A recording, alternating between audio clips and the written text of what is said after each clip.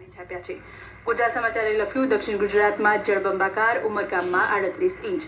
નવગુજરાત સમયે લખ્યું, રાજ્યમાં ભારે મેઘખાંગા, દક્ષિણ ગુજરાતમાં જળ તાંડવ। સંદેશે પ્રથમ પાને દક્ષિણ ગુજરાતમાં જળ પ્રલયના સમાચાર છાપ્યા છે। આ સાથે ગુજરાત સમાચારની અન્ય હેડલાઇનમાં પેપર લીક કેસમાં ફાસ્ટ ટ્રેક કોર્ટ બનશે, વિદ્યાર્થીઓનું ભાવિ અમારી પ્રાથમિકતા, મોદી વાંચવા મળી રહી છે। સ્થાનિક સમાચારોમાં અમદાવાદમાં 28 વર્ષ બાદ 11 ઇંચ વરસાદને પગલે શાળા કોલેજોમાં રજા, જનજીવન ખોરવાયાના સમાચાર વાંચવા મળી રહ્યા છે।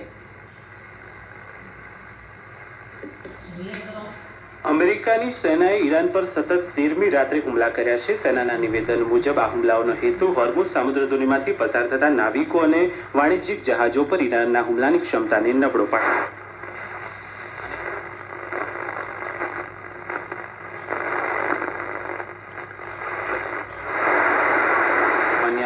વિજ્ઞાન અને ટેકનોલોજી, શિક્ષણ અને રમતગમત ક્ષેત્રમાં સહયોગ માટે કરાર કર્યા।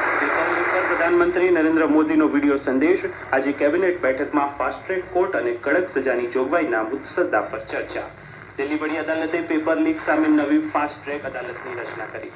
સામાજિક કાર્યકર્તા સોનમ વાંગચુકે ગુરુગ્રામની હોસ્પિટલમાં 26 દિવસ બાદ ઉપવાસ સમાપ્ત કર્યા। અને ક્રિકેટમાં ભારતે પ્રથમ T20 આંતરરાષ્ટ્રીય મેચમાં ઝિમ્બાબ્વેને